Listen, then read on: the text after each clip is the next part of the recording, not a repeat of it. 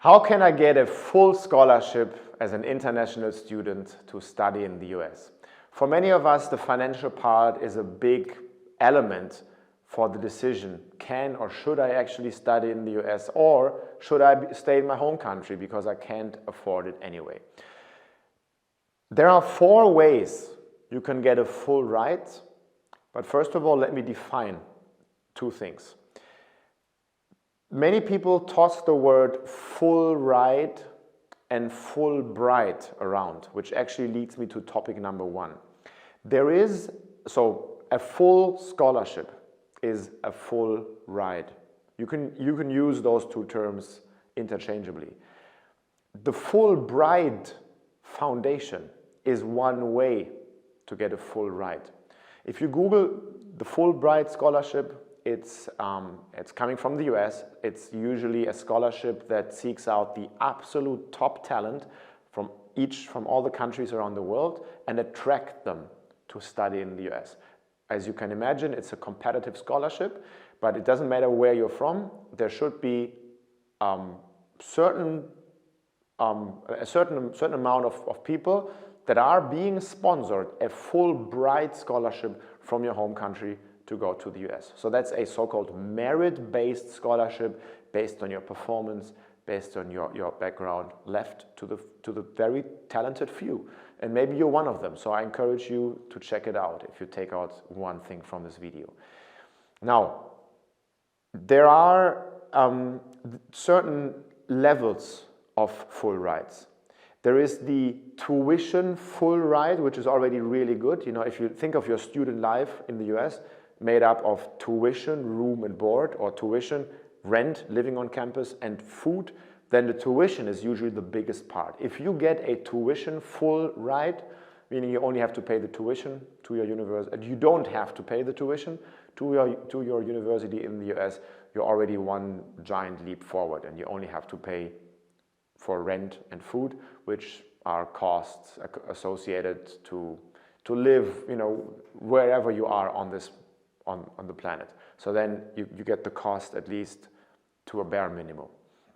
But I just wanted to toss this definition in there because full ride doesn't always include food and rent, but it can, depending on the scholarship. So number 1, in summary, number 1 is alongside with the Fulbright scholarship, there are external scholarship donors. Those can be companies, private foundations, anyone who sponsors you to pay the tuition cost to the university. So the university still gets all of the money that you would have to pay otherwise from an external party. I hope that makes sense. Second way to get a full ride is by the university itself. There are several ways you can be sponsored a full ride by the university. 3 actually, I'm going to cover all 3 of them. First is the academic full ride. Very similarly to the Fulbright scholarship, that's an external funding source, universities have their very special full ride scholarships for very talented students.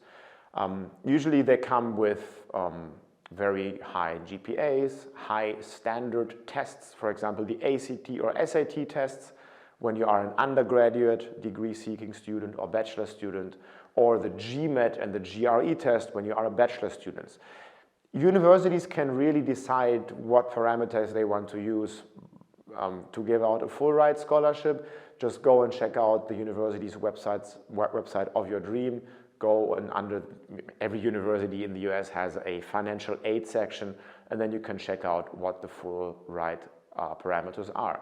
Sometimes it's about extracurricular involvement. Some full rides can be attached to the background, your ethnicity even, you know, they can make it up. Usually there are private donors behind who give out those scholarships. But again, they are coming from the university. So what that means is that the cost that you have to pay to the university is going to shrink to make it more affordable to you, or make it so that you don't have to pay anything, depending on which elements the full ride covers. Again, tuition, room and board are the 3.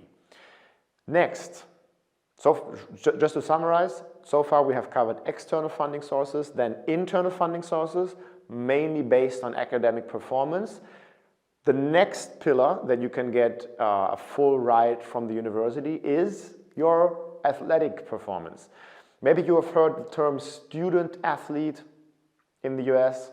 The sports culture is a big part, as you may know, in US colleges.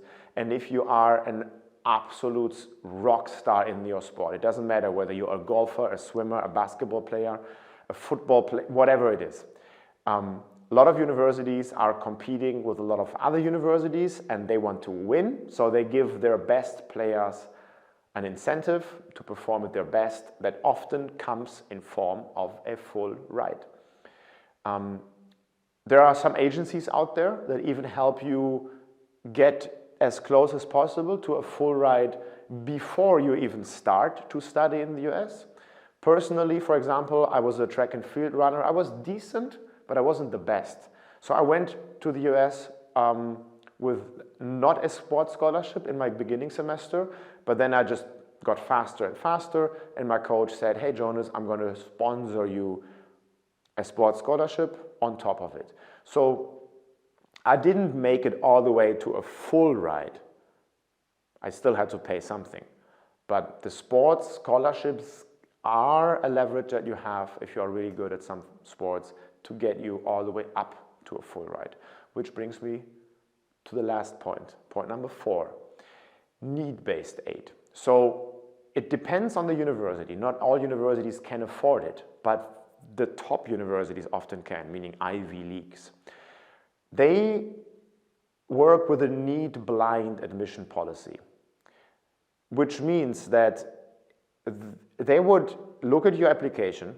Obviously, you have to be incredibly strong to get into a university like Harvard. And if they let you in, they will then ask you or your parents, this is how it works on a high level, how much of that tuition bill you can pay. And if you can prove to the university that your family doesn't have the financial needs to cover your tuition, but the university still wants to have you as a student because of your special talents, because they let you in, because they accepted you, the university will then cover your tuition cost for you, for your family, because your family can't afford to have you there. This is difficult to get, but there are ways to get need-based aid, which is what this is called. Now, complex topic. Oftentimes people have questions depending on, hey, how does this relate to my profile? Here's the offer. My team and I currently offer free consultation calls that you can click and register under the video.